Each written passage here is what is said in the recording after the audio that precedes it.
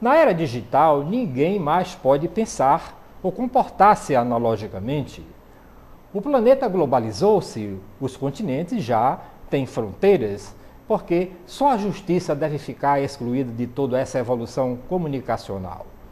Desde que tomadas as devidas cautelas e preservados os direitos e garantias fundamentais de todas as pessoas, não há como evitar que os recursos tecnológicos e informáticos sejam ampla e eticamente utilizados no âmbito do judiciário. Os médicos estão usando a informática para fazer complicadas cirurgias à distância. Se o ensino online já é uma realidade e se o mundo inteiro hoje se comunica pela internet, a questão já não é saber se a justiça deve, senão definir como pode valer-se de todos esses avanços tecnológicos. A informatização da justiça completa vai evitar ofícios, requisições, precatórios, relatórios, é dizer, economizar tempo, papel, serviço pessoal e especialmente deslocamentos. De outro lado, eliminará riscos, sobretudo para o próprio preso e para a sociedade, tais como fugas, resgates, etc. O conservadorismo, sobretudo na justiça, é indispensável. O homem não pode evoluir por saltos, senão gradativamente, mas ele não pode conduzir a justiça ao isolamento. Se o crime organizado realiza suas operações em poucos segundos ou minutos, como pode a justiça demorar mais de um ano para ouvir uma testemunha em outro estado ou em outro país? É a primeira pergunta que eu faço. Vou começar ali com o Dr. Washington Luiz Bezerra de Araújo. Eu gostaria que o telespectador imaginasse um processo físico. Ele já foi um grande avanço, a constituição de uns autos que permitem que esse processo circule do juiz para o serventuário, porque antes isso era contido em folhas esparsas ou num livro, né? Isso foi uma grande evolução, mas isso hoje é algo que impede ou que retarda a tramitação desse processo e que retarda a prestação jurisdicional. O Ceará, ele está dando um passo muito ousado. Ele é o primeiro estado da federação e talvez seja o primeiro judiciário do mundo que vai virtualizar totalmente tanto os processos judiciais como os processos administrativos. A ideia do Tribunal de Justiça é abolir o uso do papel tanto nos processos judiciais quanto nos administrativos. Isso vai implicar numa grande economia de recursos e de tempo. Inclusive, é uma política ecologicamente correta, porque vai dispensar o uso de papel, né, e vai poupar a natureza. Quantas árvores deixarão de ser cortadas para produzir papel? Né? Toneladas de papel serão economizadas diariamente na tramitação desses processos. Então, é um passo importante, ousado, porque é pioneiro, né? E eu acho que vai resultar em um ganho significativo para a sociedade, porque o processo vai tramitar mais rápido. E no decorrer da nossa conversa eu posso explicar mais especificamente quais serão os ganhos que nós teremos com esse processo digital. Ok. Dr. Cleto Gomes.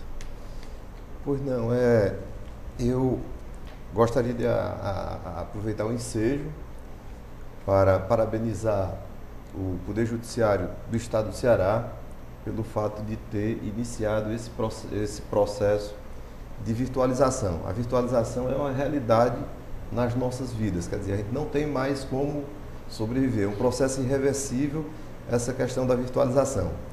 Só a título de ilustração, quando nós assumimos a OAB, existia lá um amontoado de processo e nós conseguimos, dentro de 4 meses, a gente conseguiu, logicamente, a quantidade de processo bem menor, mas nós conseguimos, em 4 meses, a gente conseguiu virtualizar todos os processos disciplinares e todos os processos administrativos, no caso, no âmbito da OAB. Então, a OAB está atenta, no caso, a esse projeto, torcendo muito, doutor, acho que dê certo. Um dos motivos que eu aposto muito é porque eu aposto muito na sua pessoa como magistrado, como juiz. Você está à frente desse projeto. Eu acho que, para mim, ele já tem tudo para dar certo em função das escolhas. E nós estamos acompanhando de perto. É um mecanismo que ele funciona de uma forma bastante simples. Agora, é preciso que você também, nós que passamos dessa experiência na UAB, e a UAB, por incrível que pareça, é a única do Brasil que está totalmente virtualizada. Não existe uma seccional sequer que tenha desenvolvido sequer projeto para virtualizar as seccionais. Inclusive, o Conselho Federal me mandou um e-mail ontem solicitando a presença da gente lá no Conselho Federal para poder a gente explicar como foi que a gente fez aqui no estado do Ceará. Mas, logicamente, nós temos que enfrentar desafios, e um deles, doutor Washington, que a gente percebeu na OAB, talvez deve ser a mesma coisa, a resistência por parte de alguns magistrados, de alguns servidores. Eles acham que a coisa é complicada, mas são coisas que, quando você começa a operacionalizar no dia a dia, você vê o quanto é fácil e o quanto é tranquilo para você mexer com o processo digital. Para nós, advogados, tenho certeza que será um ganho muito grande, apesar de que a OAB está bastante preocupado. Nós vamos ter que realizar vários seminários para tentar preparar o advogado para se inserir dentro desse processo de virtualização. Quer dizer, tem aqueles advogados que às vezes não se preocuparam muito em se capacitar nessa área, quer dizer, eles vão ter que ser preparados, e a OAB está ciente de suas responsabilidades para que o processo virtual tenha tudo para dar certo. Diga-se de passagem, o mais rápido possível, é tudo que a OAB, no caso, tenha esperado desse projeto. E doutor André Peixoto? Bom, o que é importante destacar é que a informatização do judiciário é um processo sem volta. Toda a sociedade ela está se informatizando, os bancos são totalmente informatizados, as compras estão sendo cada vez mais pela internet, o acesso à informação tem sido feito pelos meios eletrônicos, e o judiciário precisa, né, muito de utilizar essas ferramentas de informática. Então, é um processo sem volta, e que a sociedade vai ter muito benefício com relação a isso, o advogado vai ter muito benefício, mas aí é onde vem também o papel da OAB, que é preparar o advogado, treinar o advogado, o Tribunal de Justiça de trazer essas informações, porque o advogado precisa se preparar, porque infelizmente senão ele fica fora, né? A gente está vivendo um momento de transição. Da mesma forma que a gente viveu um momento de transição entre a máquina de escrever e o computador era caro, era difícil de usar, precisava se preparar para ele. Da mesma forma, a informatização do processo. A gente precisa se acostumar, se preparar para utilizar essas ferramentas. As vantagens são inúmeras. Você tem a economia de tempo. Existem estudos do Conselho Nacional de Justiça que demonstram que um processo demora em torno de, em média, 12 anos do seu protocolo até o trânsito em julgado, passando por diversos tribunais. 70% dessa demora é em razão de burocracia. É carimbar, é perfurar, é numerar, né? São processos que se deslocam muitas vezes na secretaria, né? Perda de processo, então você tem essa economia de tempo.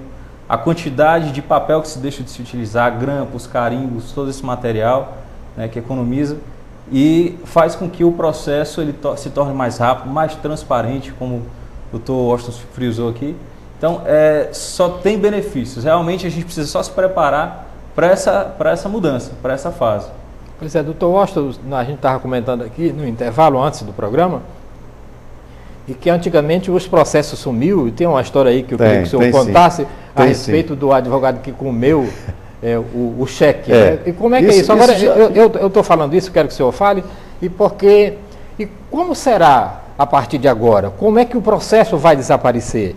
Ou o senhor não acredita, por exemplo, que os hackers vão conseguir entrar dentro do programa e vão ou tirar a pena, ou tirar o nome do cara, ou trocar o nome da pessoa, e daqui a pouco esse processo não pode desaparecer eletronicamente? Isso é pouco provável, porque as medidas de segurança adotadas, elas são de um nível bem elevado.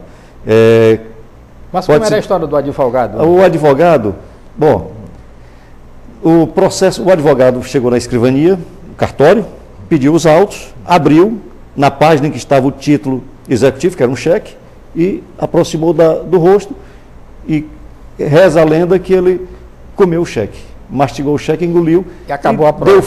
Deu fim ao título executivo. Né?